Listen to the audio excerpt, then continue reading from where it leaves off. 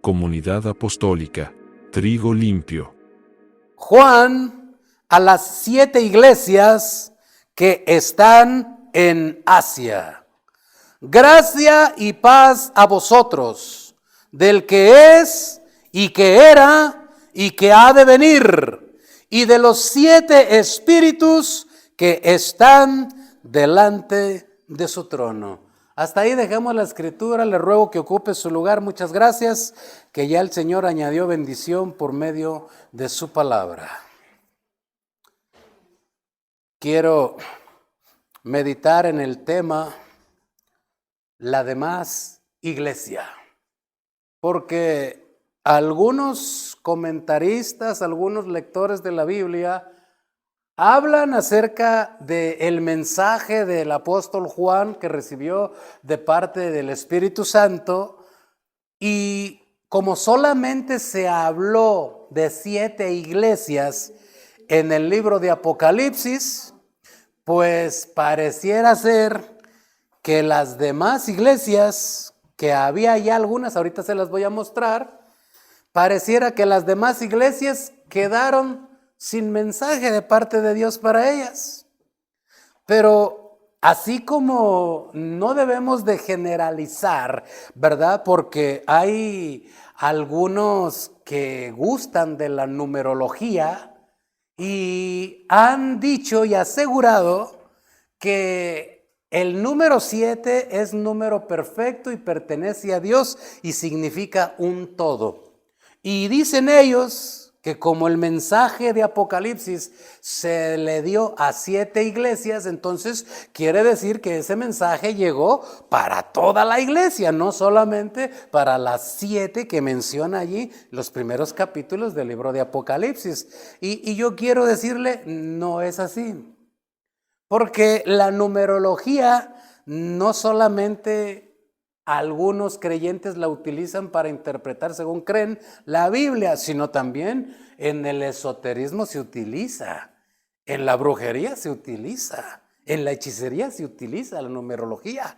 Pero en el cristianismo dicen algunos que el 7 es número perfecto, que el 6 es número de hombre, porque algunas escrituras algo de eso mencionan. Y dicen que pues bueno, el número 3 significa el Padre, el Hijo y el Espíritu Santo, ¿verdad? Y le atribuyen poderes a los números que aparecen aquí en la Biblia, pero ahorita le voy a mostrar que el mensaje que el Señor le dio al apóstol Juan no solamente se refería a 7 iglesias, sino que iban incluidas también algunas otras, solo que el mensaje específico sí era para esas iglesias, porque el Señor dice, todo lo escudriña. Pero el mensaje que aparece en la iglesia de Pérgamo, Laodicea, Éfeso, Tiatira, todos esos mensajes eran especialmente para esas congregaciones y no quiere decir que era para toda la iglesia en general, porque allí había otras iglesias también que tenían sus propias instrucciones y sus propios consejos de parte de Dios. Pero la gente toma como que era toda la iglesia y cree que solamente había 7 iglesias en la antigüedad, las más grandes, las más concurridas, y el mensaje era para ellas porque era representación de todas las iglesias.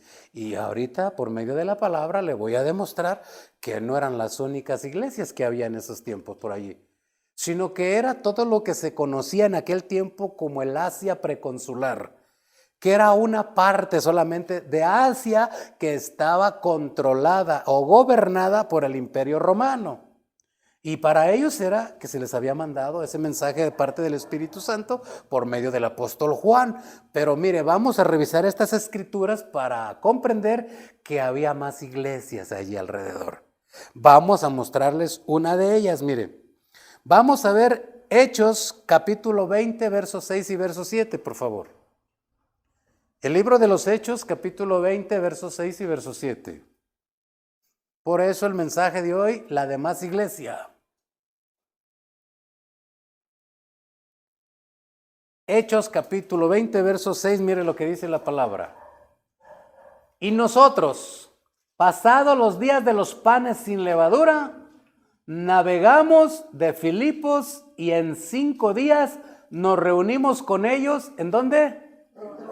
En Troas, donde nos quedamos 7 días. El 7. El primer día de la semana, reunidos los discípulos para partir el pan, Pablo les enseñaba habiendo de salir al día siguiente y alargó el discurso hasta la medianoche. ¿Cómo se llamaba esa iglesia en el verso 6? En Troas había también otra iglesia. Allí fue donde Pablo se alargó en su discurso y un joven llamado Tíquico se durmió en una ventana, se cayó, al parecer era de cierta altura, y perdió la vida. Y el apóstol, por medio del Espíritu Santo, tuvo que obrar un milagro para devolverle la vida. Pero allí había una iglesia que estaba en esa región de Troas. No solamente Pérgamo, no solamente Éfeso, no solamente la Odisea o Tiatira tenían iglesia, Troas también tenía iglesia. Ahora vamos a ver otra escritura, por favor. Veamos Colosenses capítulo 1, verso 2. Colosenses capítulo 1, verso 2, por favor. Cuando nosotros encontramos en nuestra Biblia el libro de Colosenses, es porque en la región de Colosas había también una iglesia. Es como decir guatemaltecos, hondureños, mexicanos, así se identificaba. Se dice colosenses porque eran habitantes de Colosas. Y ahí en Colosas había otra iglesia. Y dice así la escritura, mire, a los santos y fieles hermanos en Cristo que están en Colosas. Gracia y paz sean a vosotros de Dios nuestro Padre y del Señor Jesucristo. Entonces en Colosas había otra iglesia. Y hasta una carta hay en nuestra Biblia. La carta a los colosenses. Entonces el Señor tenía un mensaje también para los colosenses que no viene en el libro de Apocalipsis. ¿Verdad que sí? Y los mensajes de Apocalipsis no son especialmente para todas las iglesias, como dicen algunos enseñadores, sino que eran específicamente por los errores que se estaban cometiendo en esas iglesias. Por eso el mensaje de los primeros capítulos de Apocalipsis comienza diciendo: escribe al ángel de la iglesia, que en este caso era el representante de la iglesia, que se le conocía como los ancianos, presbíteros o pastores hoy en día. Escribe al responsable de la iglesia, dijo el Espíritu Santo al apóstol Juan. ¿Y qué mensaje? Bueno, pues en los colosenses ya usted lo sabe. El de Tiatira, el de Pérgamo, el de la Odisea, también los conoce usted, están ahí en la Biblia. Pero lo que le quiero resaltar es que había otra iglesia en Colosas. Ahora vamos a ver otra iglesia, mire. Allí mismo en Colosenses, pero en el capítulo 4, verso 13.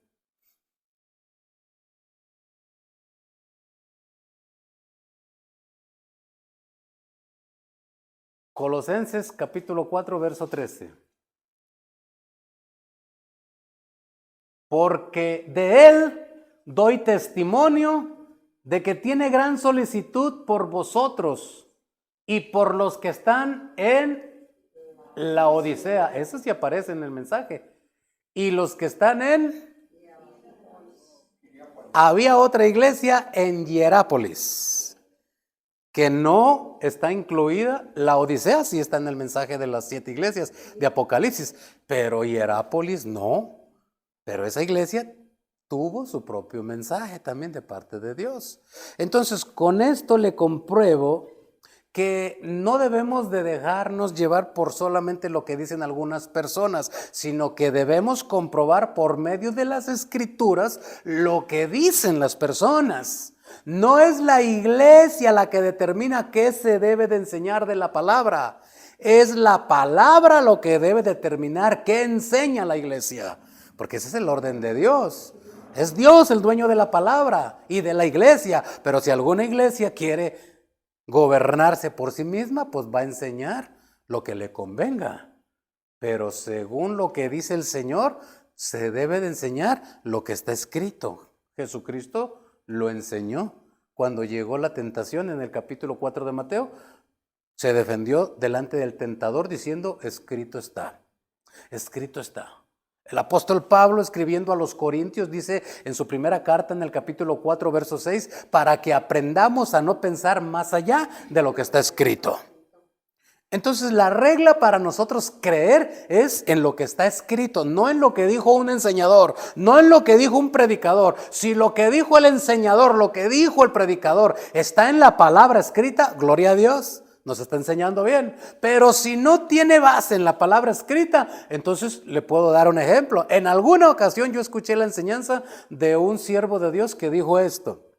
Y como el apóstol Juan fue probado porque fue arrojado a una olla de aceite hirviendo y Dios lo sacó sin que sufriera daño alguno, yo dije, ¿dónde está eso en la Biblia?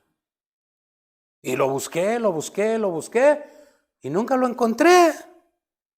Cuando tuve la oportunidad pregunté al que predicó eso, le dije, hermano, ¿De dónde usted sacó, en qué parte de la Biblia sacó usted que dice que Juan, el apóstol Juan, fue metido en una olla de aceite hirviendo y Dios lo sacó sin que sufriera daño alguno? ¿Dónde dice? Porque yo no lo he hallado. Dice, no, es que eso no está en la Biblia, eso está en la historia. Digo, y si quien escribió la historia no escribió la verdad, entonces yo estoy basándome en algo que no estoy seguro.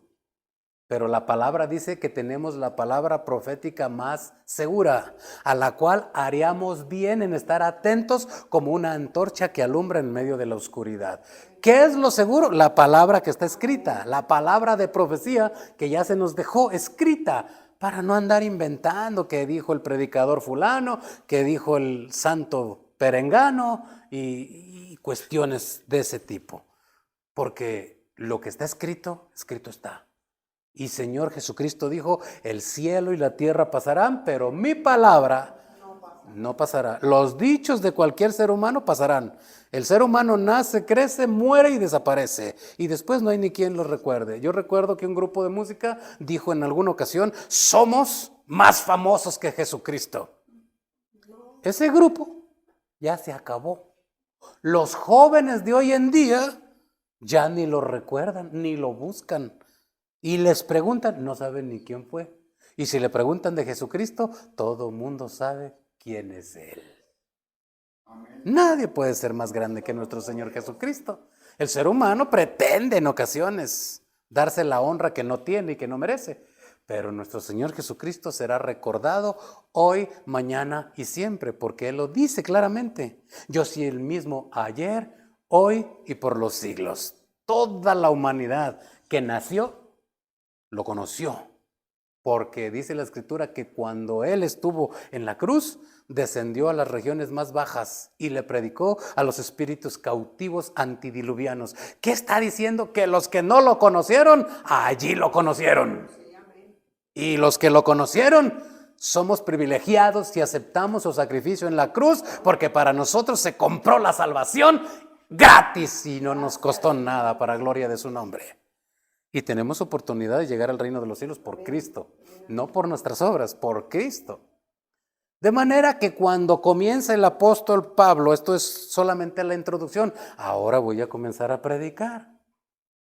Dirá usted, hermano, pensé que ya estaba predicando. No, era la introducción nada más. Es mi corto hablar, dijo una hermanita, ¿verdad? Es mi corto hablar. Ahora vamos a analizar lo que está diciendo el mensaje que el Señor le daba a estas iglesias, y revisemos lo primero que dice aquí en el verso número 4. Juan a las 7 iglesias que están ¿dónde? En Asia. Solamente en esa Asia preconsular gobernada por los romanos era el mensaje que Dios estaba enviando. Y lo que continúa diciendo es estas dos palabras que a veces no se entienden bien. Y dice, gracia y paz a vosotros. Este era un saludo muy clásico del apóstol Pablo, pero los demás apóstoles comenzaron a imitar, porque los demás apóstoles fueron obedientes a la palabra y comenzaron a obedecer la palabra que decía, sed imitadores de lo bueno y no de lo malo, ¿verdad? Y el apóstol Juan también empezó a imitar lo que hacía Pablo. Pablo, cuando dirigía a las 13 congregaciones que mandó sus 13 cartas, al inicio lo primero que decía era gracia y paz a vosotros. Gracia y paz a vosotros. Pero ¿qué significan este par de palabras? Bueno, significan mucho, porque yo siempre me había preguntado, cuando uno recién conoce el Evangelio de nuestro Señor Jesucristo, uno tiene muchas dudas. Y yo siempre me había preguntado, ¿por qué, si Dios, pudiendo haber pagado el precio del pecado de otra manera, porque es todopoderoso, decidió Él tomar forma humana y dejarse humillar y sufrir el dolor tan cruel en medio de una cruz, de un dolor que los que conocen de los castigos que aplicaban los romanos dicen que en realidad la muerte de los que estaban en una cruz era por asfixia, porque el peso de su cuerpo era tal que no les permitía respirar cómodamente. Y si a eso le sumamos que tenía ya días sin tomar alimento ni probar agua, y en pleno sol a la luz del día, pues era un castigo terrible, y los que estaban en una cruz terminaban muriendo asfixiados. Y era un castigo muy cruel. Y yo me preguntaba y decía, ¿por qué, siendo tan poderoso, decidiste pagar el precio del pecado de esa manera, si a ti te sobran maneras para haberlo pagado? Solo con que hubieras querido y hubieras dicho que se pague, se paga y punto. Yo no entendía muchas cosas, hasta que el Señor me hizo entender por medio del mensaje de uno de sus siervos, hablando de su soberanía, y me hizo entender y habló en mi conciencia y en mi mente y en mi corazón a manera de respuesta de la duda que yo tenía, y yo entendí lo que me quiso dar a saber y a conocer con estas palabras que decía: si eso que yo hice en la cruz, siendo inocente y teniendo todo el poder para haberlo evitado, no quiebra tu corazón, no hay nada que lo pueda hacer. Porque esto es profundo para entender.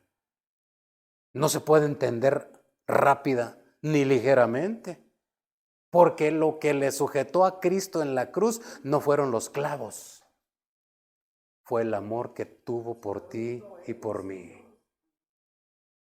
Porque Él en el huerto de Getsemaní dijo: Señor, si es posible, pase de mí esta copa. Lo que le estaba diciendo, hagámoslo de otra manera, que sea de una manera diferente y se pague el pecado. Pero lo entendió y dijo: no se haga como yo quiero, como tú lo estableciste, Señor, que se hagan las cosas. Y se sujetó.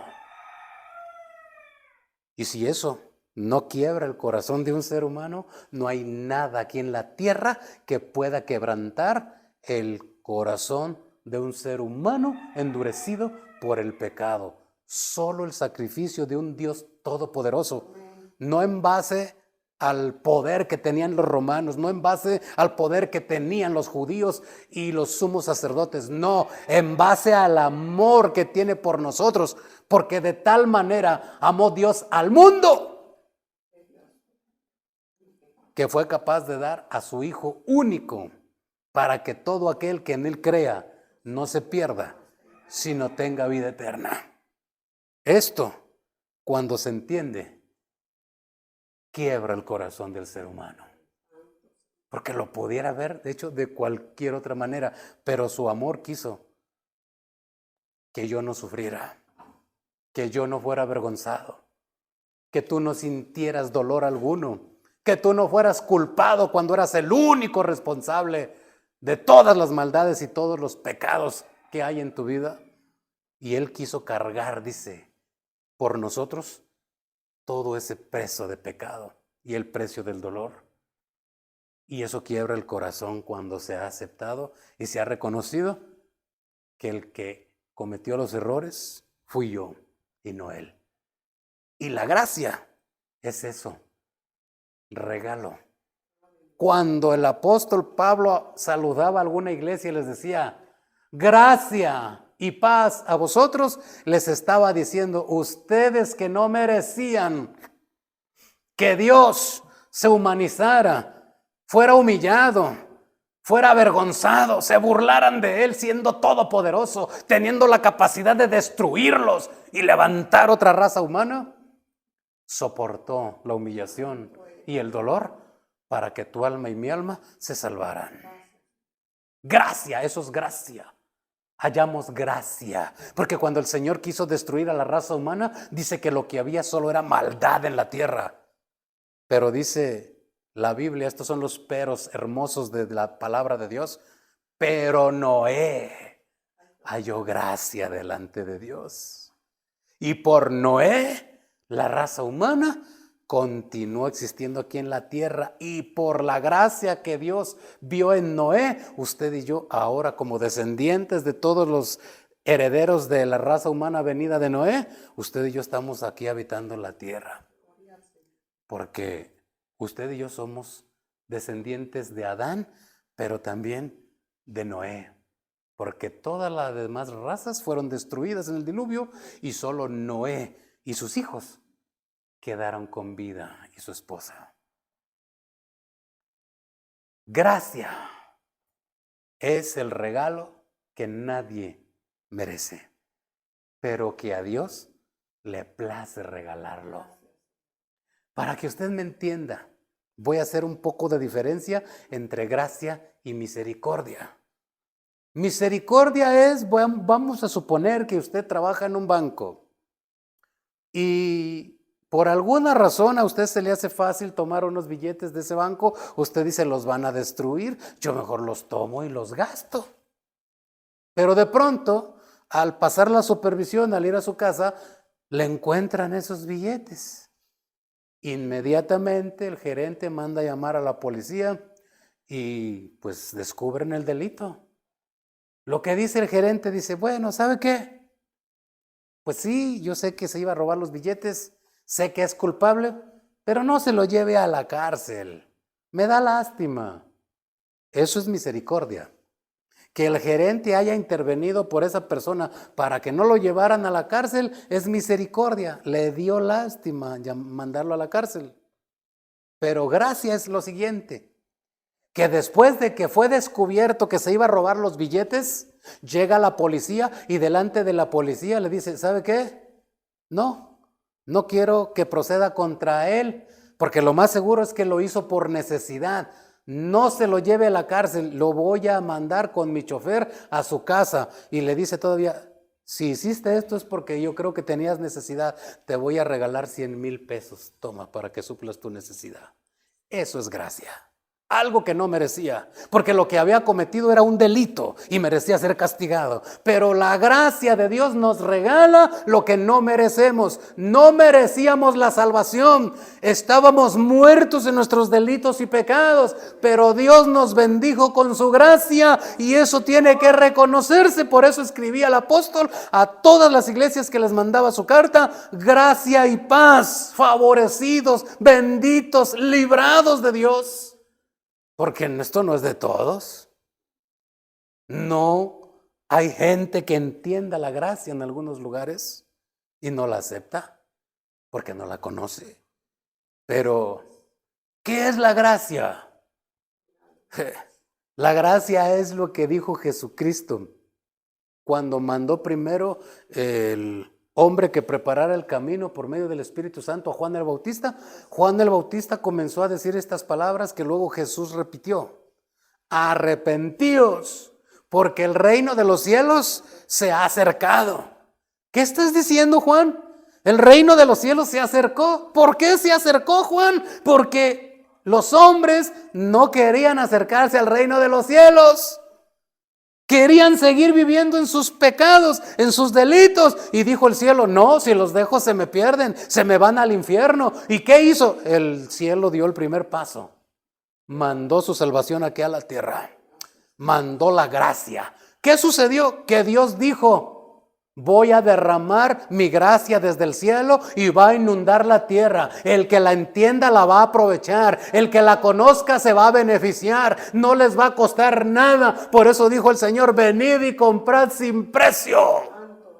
La salvación no tiene precio, no se vende. La palabra sí dice, compra la verdad y no la vendas. Para yo poder conocer la salvación, tal vez me va a costar mi dinero. Voy a pagar camión, taxi tal vez, por asistir en donde se enseña la verdad y donde se conoce la salvación. Y eso me costó a mí pagarlo. Eso es lo que quiere decir la Escritura. Compra la verdad. Si para conocer la verdad yo tengo que gastar e invertir, no hay mejor inversión que hayamos hecho en nuestra vida, sino que el poder pagar para conocer la verdad de lo que es la gracia. Que el cielo se quiso acercar a la tierra porque la tierra nunca quería acercarse al cielo. Quería seguir viviendo en sus pecados. Yo siempre le preguntaba a Dios y decía, Señor, ¿pero qué viste aquí en la tierra? Si lo único que hay aquí es pecado. La gente es ventajosa. La gente es malvada. Mira hoy cómo está nuestro país y otras naciones padeciendo la violencia, padeciendo la injusticia. Y yo le decía, Señor, ¿qué viste aquí en la tierra para que tú quisieras venir personalmente? Si solo hay maldad, solo hay inmundicia. Y el Señor dice, eso precisamente fue lo que vi. Maldad, inmundicia, y nadie la iba a poder limpiar, solo yo. Y por eso mandé mi gracia. Y dice la Escritura, gracia y paz. Gracia, porque la gracia te da paz. Cuando tú sabes que ya no vas camino al infierno, porque la palabra dice claramente, de modo que si alguno está en Cristo Jesús, las cosas viejas cambiaron, ya todas son hechas nuevas, porque Jesús dijo claramente, he aquí yo hago nuevas todas las cosas. A veces la gente no entiende la doctrina de la gracia y quiere hacer esfuerzos por cambiar él mismo. Me dijo a mí una persona en alguna ocasión y me dijo, pastor, ore por mí para que deje de odiar a mi suegra. Y yo le dije, perdóname, pero yo me puedo acabar las rodillas y Dios no me va a contestar. ¿Dios no oye? No, sí oye. El problema es que no me toca a mí pedir por eso, te toca a ti. Tú eres quien debe de pedir que se vaya ese rencor, ese odio hacia tu suegra y que Dios te dé amor y comprensión para aceptar muchas cosas que nosotros tenemos la responsabilidad y a veces la culpa, porque no todo es la culpa de las suegras, pobrecitas, ya por sí tienen una mala fama. Y todo le echan la culpa. Y cuando uno entiende la doctrina de la gracia, nosotros vamos a entender que no todo le corresponde a Dios. Él sí dice, yo hago nuevas todas las cosas, claro. Pero Él dice también en Apocalipsis 3:20 algo bien interesante, mire. Esta es la continuación del mensaje a las iglesias que el Señor les habló allí. Pero vea lo que dice Apocalipsis 3:20. Dice la palabra de Dios algo muy importante. Mire, yo estoy a la puerta ahí. Oye, te quiero salvar. No, ahorita no tengo tiempo. Hoy juegan las Chivas y el América. Oye, te quiero salvar. No hay tiempo, hombre. Está el mundial. Hay que ir al parque. Hoy es el cumpleaños. Tienen pastel de esos del globo. Y dice el Señor, bueno, yo estoy a la puerta y llamo. Si alguno me quiso abrir, yo llego, le enseño, le muestro, le doy mi gracia, le hago entender la doctrina de la salvación, que es la gracia que les vengo a regalar, que no les cuesta nada, que no hay diablo que se las pueda arrebatar. Pero si tú tienes demasiadas ocupaciones, esto me hace recordar a la enseñanza que el Señor Jesús les dio a sus discípulos cuando les dijo, había un gran hombre que hizo un gran banquete y salió con sus siervos y les dijo, vayan por las calles, por las casas inviten a todos los que quieran venir. Llegaron, les hicieron la invitación y les dijeron algunos, uff, acabo de comprar una hacienda, fíjate, y ni la conozco. Yo me pregunto, ¿quién compra una casa sin conocerla? Es una mentira. No quería ir a esa invitación, porque nadie compra una casa sin verla. ¿O usted compra un auto sin verlo? ¿Verdad que no? Una hacienda, menos. Y dijo este mentiroso, acabo de comprar una hacienda y voy a conocerla. ¡Ah, qué bárbaro! Otro le dijo, no, pues es que yo me acabo de casar. Y sabes de que pues estoy en mi luna de miel. No puedo. Y cada uno fue dando su justificación. Al final el Señor terminó molesto y dijo, ¿saben qué? Yo pensé en ellos. Pensé de gracia regalarles la entrada y no les costara nada. Pero veo que la menospreciaron. Entonces vayan a los cojos, a los mancos, a los enfermos y a esos tráiganselos. Pero uno de ellos se indignó en alguna ocasión delante de nuestro Señor, estaba en la casa de un hombre de ellos y entonces uno se indignó y dijo, si este fuera profeta, sabría qué clase de mujer lo está tocando. Y el Señor, que conoce los pensamientos de todos los humanos, dijo estas palabras, Simón, entré a tu casa y no me diste agua para lavar mis pies. En cambio, esta no ha dejado de enjugar con sus lágrimas y limpiado con sus cabellos mis pies desde que yo llegué. Entré y no me diste beso. Y esta no ha dejado de besar mis pies desde que yo llegué. Yo no vine a los sanos, yo vine a los enfermos. Porque los sanos creen que no necesitan salvación. Menosprecian la doctrina de la gracia. Porque es un engaño. A veces el que la gente tenga dinero, el que la gente tenga preparación, el que la gente tenga estudios. ¿Yo para qué quiero a Dios? Tengo mi vida resuelta. Sí, tu vida la tendrás resuelta, tu muerte no. Porque vida, dicen los que habitan el momento, vida solo hay una y hay que disfrutarla. Sí, salvación también y hay que alcanzarla solo en vida. Porque el muerto nada sabe. Dice el Señor, todo lo que te viniera a la mano por hacer, hazlo según tus fuerzas, porque al lugar donde vas ya no hay más obra. Ya no hay nada que hacer. El muerto nada sabe, dice la palabra. Ya no puede hacer nada. ¿O usted sabe de algún muerto que vaya a trabajar a la fábrica de pantalones? No. ¿Verdad que no? El muerto está. Ya no puede hacer nada. Lo que tenemos que hacer es en vida. Y en vida, dice el Señor, yo soy Dios de vivos. Por eso dice la Escritura, por eso dije desde la antigüedad, yo soy el Dios de Abraham, de Isaac y de Jacob. Porque para mí ellos no están muertos. Son herederos de la salvación y están en mi eterno presente. Están delante de mi presencia porque ellos alcanzaron la salvación por las promesas de Dios. Pero también esa promesa está en usted y en mí por medio de nuestro Señor Jesucristo, porque al toque de la final trompeta, los muertos en Cristo resucitarán primero.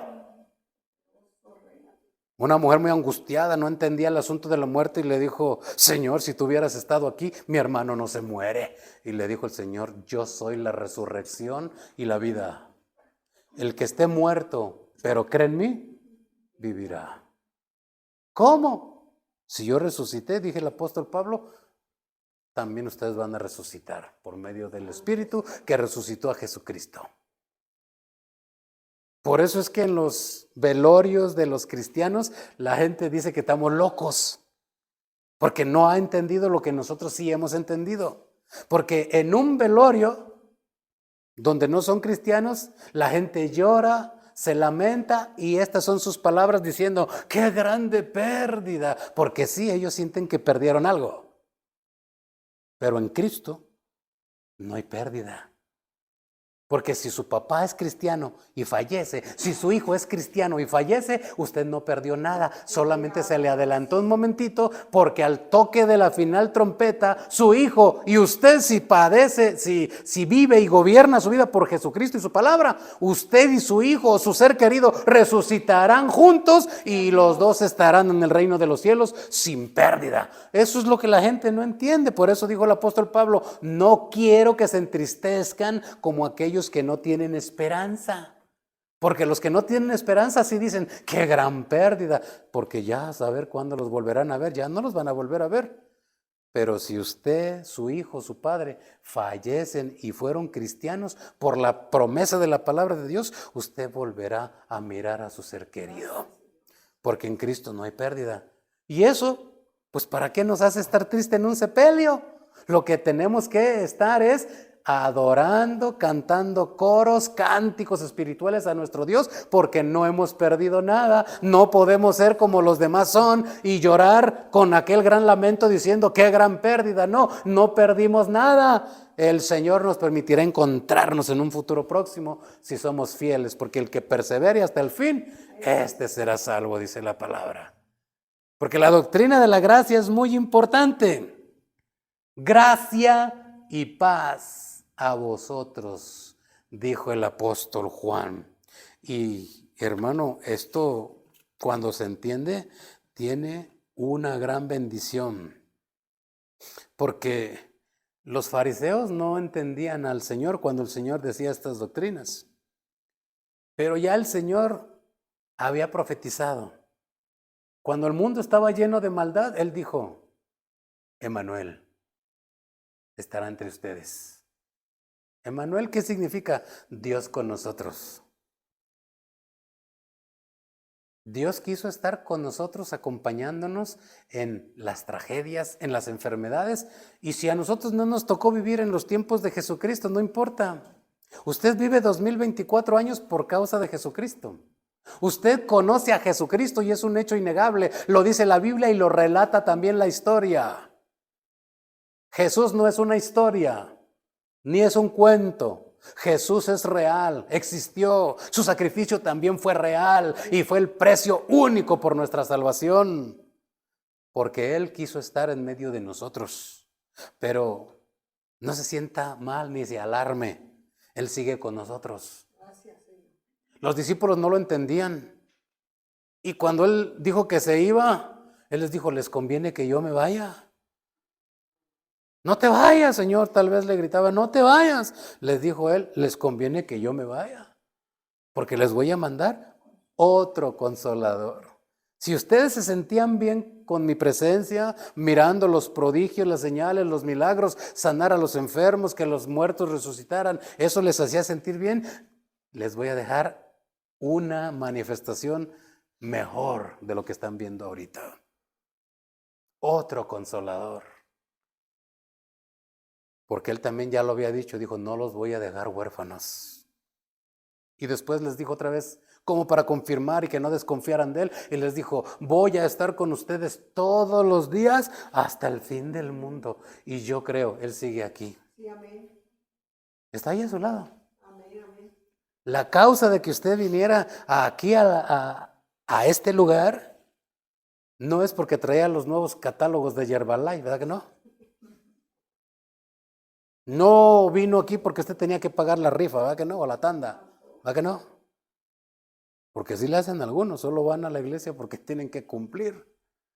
Pero yo sé que usted fue invitado, no por una persona, sino por aquí adentro algo se movió.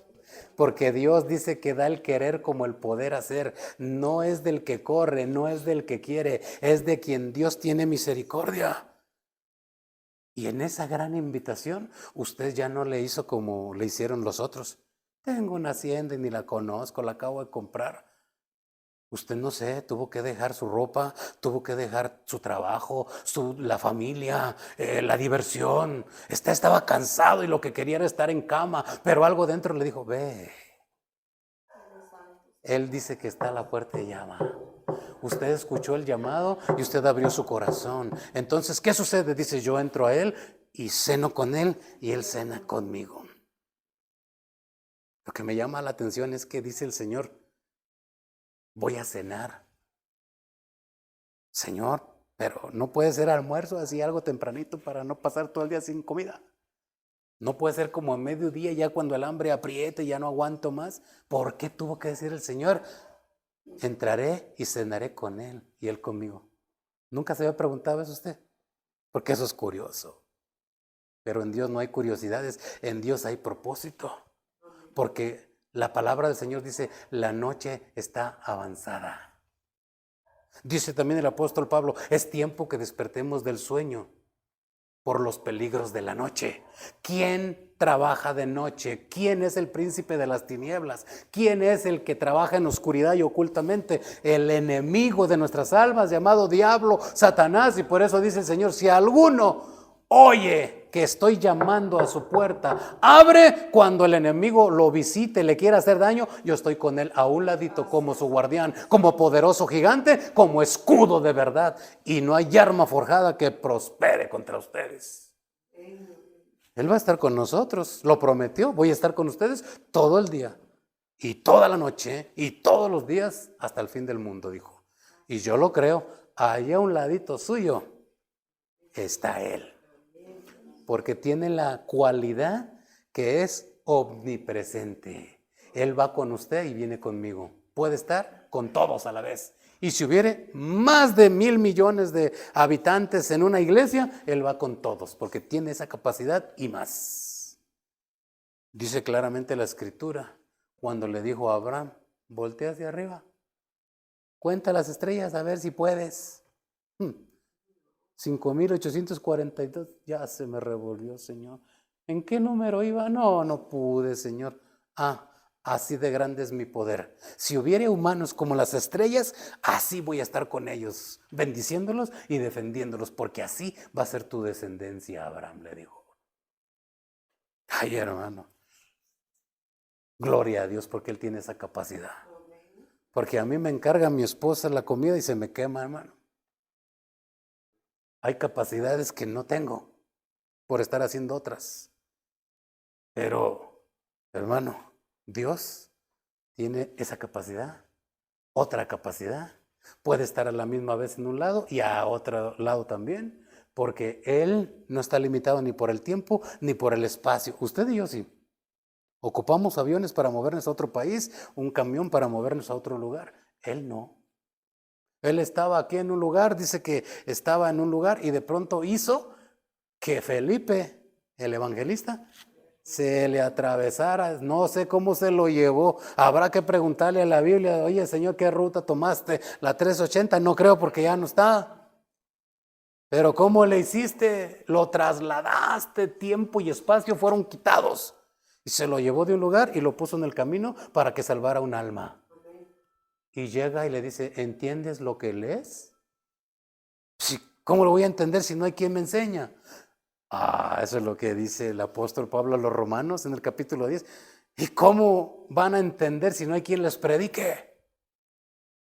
¿Y cómo va a entender la gente que no conoce a Dios? Aquí está la clave. 1 Corintios 1:21. Mire, esta es la clave para los que no conocen a Dios. Solamente que se dispongan, porque así la gracia les va a llegar a sus vidas. Porque el bien y la misericordia te seguirán todos los días de tu vida. La misericordia es buena y nos va a seguir todos los días de nuestra vida. Pero es todavía mucho mejor la gracia que está con nosotros todos los días de nuestra vida, acompañándonos. 1 Corintios 1:21, mire lo que dice la palabra. Pues ya que en la sabiduría de Dios el mundo no conoció a Dios mediante la sabiduría, agradó a Dios. ¿A quién le agradó? A Dios. Salvar a los creyentes, ¿cómo los salva? Por la locura de la predicación. Aquí nos dicen locos, nos dicen esto, no importa, nos estamos salvando. ¿Por qué? Porque nos están predicando la palabra de Dios, porque estamos aprendiendo la doctrina de la gracia, porque estamos sabiendo qué hacer y cómo hacerlo, porque allá en la fiesta, en el parque, en el estadio de donde antes me iba, no me enseñaban esto. Solo en la casa de Dios me enseñan la gracia de Dios y cómo puedo aprovecharla. Y aquí me está diciendo que por estar aquí, aunque saliendo el hijo, el pariente, el vecino, el amigo me diga loco, no me importa, me estoy salvando. Por la locura de la predicación de la palabra. La demás iglesia es usted. Porque el mensaje de hoy no era para la Odisea, no era para Pérgamo, no era para Tiatira. Era para usted hoy, aquí donde está sentado, y a todos los que nos están viendo detrás de esa cámara. Era para usted. Usted es la demás iglesia. Porque Dios ya le puso el ojo a usted. Y cuando Dios le escoge, para donde se mueva, para donde se vaya, se olvidará usted de este lugar, pero allá Dios le va a levantar otro. Y de allá le van a buscar, y de allá le van a hablar. Por la locura de la predicación, el Señor le va a alcanzar, sea aquí, en China, en Francia, donde usted se mueva. Si para el juicio el Señor dice en el libro del profeta Abdías que si la gente culpable se sube a lo alto de las estrellas, dice el Señor, de allá te bajo. Para el juicio así es, Él los alcanza. Para la salvación, con más razón, hermano. A donde estemos, si ya estamos en sus planes, lo que hagamos, lo que nos tardemos, pero Él nos va a enamorar y Él nos va a convencer. Usted que nos mira, usted que está aquí y no ha aceptado a Cristo como su Salvador, usted es la demás iglesia que le faltaba a Cristo. Porque el tabernáculo caído de David dice que hasta que nos entre el último de los gentiles, es que el Señor va a actuar. Y cuando Él actúa es para juicio. Pero como falta usted, Él va a esperar a que usted entre para no juzgarlo, sino para salvarlo. Porque eso es la gracia. Él está pensando en su salvación cuando usted está pensando en cómo salir de un problema. Él ya está viendo más allá. No solo te va a sacar del problema, también va a salvar tu alma. Porque Él es especialista en eso. Póngase de pie, por favor. Gracias por acompañarnos. Recuerda, si te ha gustado el video no olvides suscribirte y compartir.